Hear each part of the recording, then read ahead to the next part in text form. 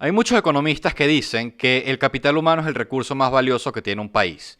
Por eso quiero comenzar este programa con una encuesta virtual que hizo Un Mundo Sin Mordaza, que otorga los siguientes resultados. 8 de cada 10 personas piensan que no hay personal capacitado en Venezuela. Y 6 de cada 10 piensan que vivimos una desprofesionalización, porque las personas que estaban estudiadas y preparadas se fueron del país. La falta de profesionales en Venezuela es tan triste y tan cómica y tan real como las redes sociales de una tía. O sea, hoy en día hay veterinarios que trabajan como médicos, hay comediantes que trabajan como locutores y hay ladrones que trabajan como mecánicos. Aunque eso en verdad es una cosa que lleva mucho tiempo. O sea, yo creo que la cosa está tan grave que la próxima vez que vaya a operarme, el anestesiólogo va a ser que si Enrique Lazo. Que mira, no hay anestesia, pero te puedo contar de la vez que Uslar Pietri me brindó un cachito. Y yo que, ay, me dormí.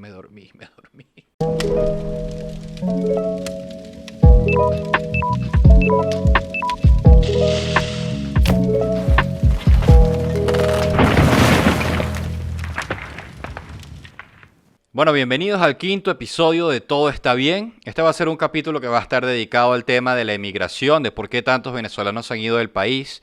Si me estás viendo por YouTube, recuerda darle like al video una vez que lo veas si te gustó. O de una vez, si eres un tipo impetuoso que dices, Rolando va a estar haciendo otro gran programa, así que le voy a dar like de una vez. No tengo ningún problema con eso. Si me estás escuchando por Google Podcast o por Spotify o cualquiera de las otras plataformas de audio, pues buenísimo. Qué bueno que estoy acompañándote mientras barres otra vez la casa en esta espiral infinita de días que todos se parecen al anterior durante la pandemia. Entonces, bueno, vamos a hablar de emigración. Y si tú en este momento del 2020 todavía no entiendes por qué tantos venezolanos se fueron del país, tú eres tan ingenuo como estos carajos que son gays y protestan con una franela del Che Guevara. Entonces las razones para irse del país obviamente son muchísimas. Y al igual que el mal olor de un jugador de Magic, hay muchas que son muy fuertes y muy evidentes. Y es lo único que yo le agradezco a la pandemia, que ahora yo puedo jugar Magic por internet y no tengo que oler ningún mal olor que no sea el mío propio. Y si piensas que estoy exagerando, es porque nunca jugaste Magic. O sea, de verdad es algo que hay que vivirlo. O sea, yo quedé como la gente que volvió de Vietnam. Esos son heridas psicológicas.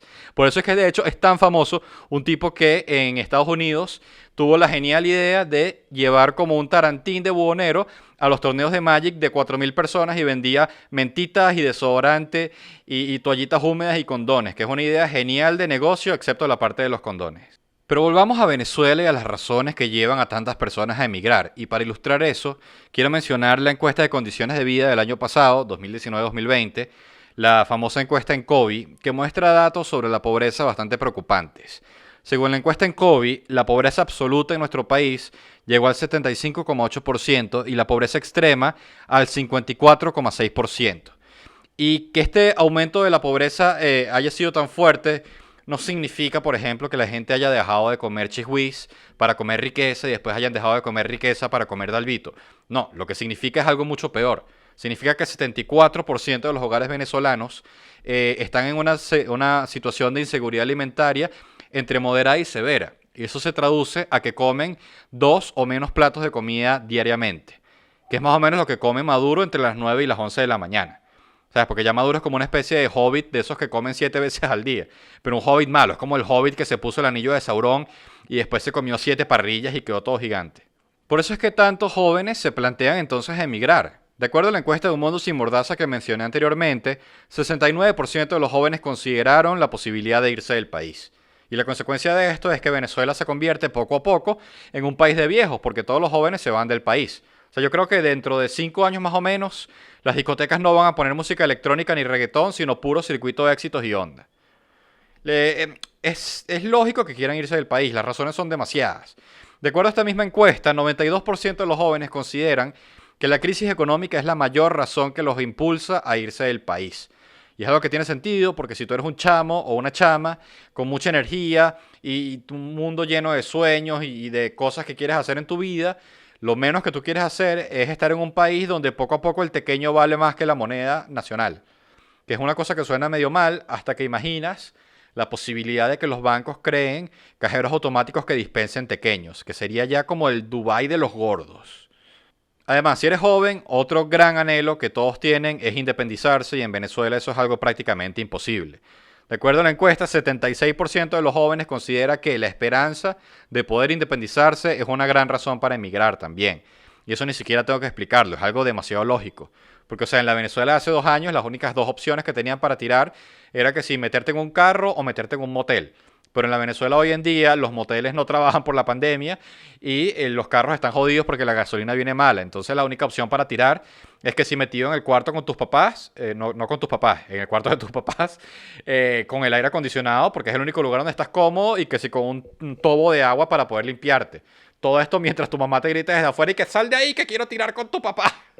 Por eso es que emigrar se convierte en la solución más obvia para muchos venezolanos, pero no es la más sencilla. Para empezar, los requisitos migratorios en los países de Latinoamérica son cada día más estrictos. Esto porque nos consideran una población problemática, entonces cada vez más países nos piden visa y hacen más difícil la posibilidad de que un venezolano entre de una manera legal a ese país. Que es una cosa que yo creo que deberían reconsiderar y capaz darnos otras opciones a los venezolanos, hacer que sí, una especie de Shark Tank para que uno pueda demostrar si vale la pena que uno entre a ese país. O sea, que llegues y te pregunte y que, ajá, ¿qué sabes hacer tú? Y que, no sé, pero yo preparo un Nestí buenísimo, no me queda aguado. Verga, increíble, bienvenido a Costa Rica. Claro que para tener una visa primero tienes que tener un pasaporte, y un pasaporte para un venezolano es otro gran problema. Actualmente por la vía legal un pasaporte cuesta alrededor de los $200, que es algo súper costoso, pero barato si lo comparas con lo que te clavaba un gestor hace 2 o 3 años, que eran $1.000, $2.000. Entonces, esta es la clásica técnica chavista, no sé si lo vieron. Es meterte en un hueco de corrupción asqueroso para que cuando te ofrezcan la vía legal cara, ya tú no tengas otra opción que decir, o sea, brother, cóbrame lo que tú quieras, pero ya yo no quiero tener que sobornar a más nadie. Y ahora supongamos ya que tienes pasaporte y tienes visa. Entonces viene el gran problema, el siguiente problema, de tener que comprar un pasaje de avión, que es algo que es prácticamente inaccesible para la mayoría de los venezolanos que ganan menos de $50 al mes.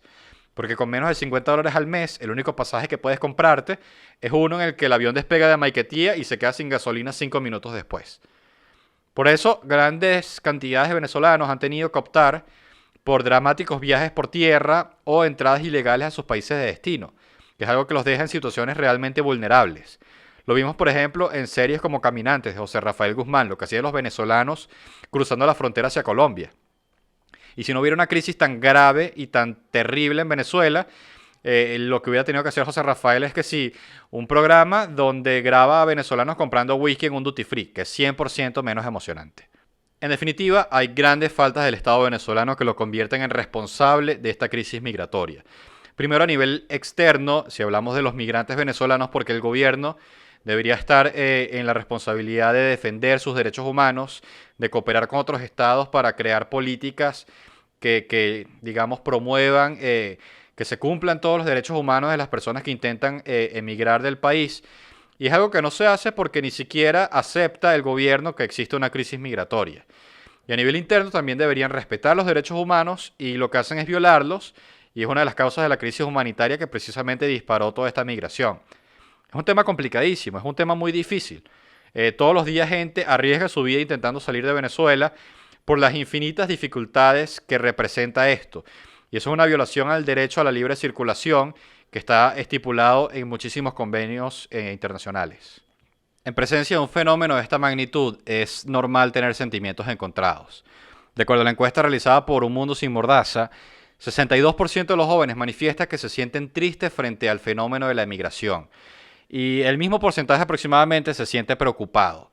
Y es totalmente normal. En el caso muy personal mío, mi esposa lleva más o menos 1 año y medio yendo a terapia, viéndose con un psicólogo, porque sus padres se fueron del país y sus hermanos se fueron del país, y ella es la única que queda acá, de su familia directa.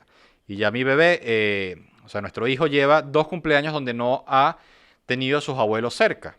Y por otro lado también, los abuelos de Gaby están en Barquisimeto y ellos también sufren emocionalmente por el hecho de que sus hijos se fueron del país. Entonces es algo que yo personalmente no sé cómo sentirme, porque por un lado todos mis amigos se fueron del país, pero por otro lado tengo un montón de lugares donde voy a tener sofás donde quedarme. O sea, tengo sofás en Estados Unidos, tengo sofás en España, tengo sofás en Canadá, tengo sofás en Francia, tengo sofás en Chile, tengo sofás en Panamá, tengo sofás en Colombia, tengo sofás en Perú. Mierda, ¿quién coño me queda en Venezuela? Sin embargo, hay testimonios positivos. Y saco un testimonio que dijo un entrevistado en una de las ediciones de la revista Todos Ahora, que estaba dedicada a la emigración. Él dijo una frase que me parece hermosa, que cuando te vas del país ya no sientes miedo, que creo que es un buen resumen de las razones por las que tantos venezolanos quieren emigrar. Y hay otra pregunta que podríamos hacernos, y es ¿qué tiene que pasar para que los venezolanos regresen al país? Bueno, de acuerdo a la encuesta de Un Mundo Sin Mordaza, 56% de los migrantes venezolanos creen que visitarían más Venezuela si la situación política cambiara. Y 6 de cada 10 jóvenes piensa que si la situación cambia, muchas personas se quedarían en el país o no se irían. Entonces, si somos muy realistas, eso de que si hay un cambio político, la situación se revertiría a la Venezuela que vivimos hace 20 años, no se ve como algo tan factible. O sea, tenemos que acostumbrarnos a que ya el pueblo venezolano es un pueblo que está regado en el mundo. O sea, van a haber muchos que no van a regresar y van a haber muchos que estamos aquí que puede que nos vayamos. Y así es como tenemos que verlo en el futuro.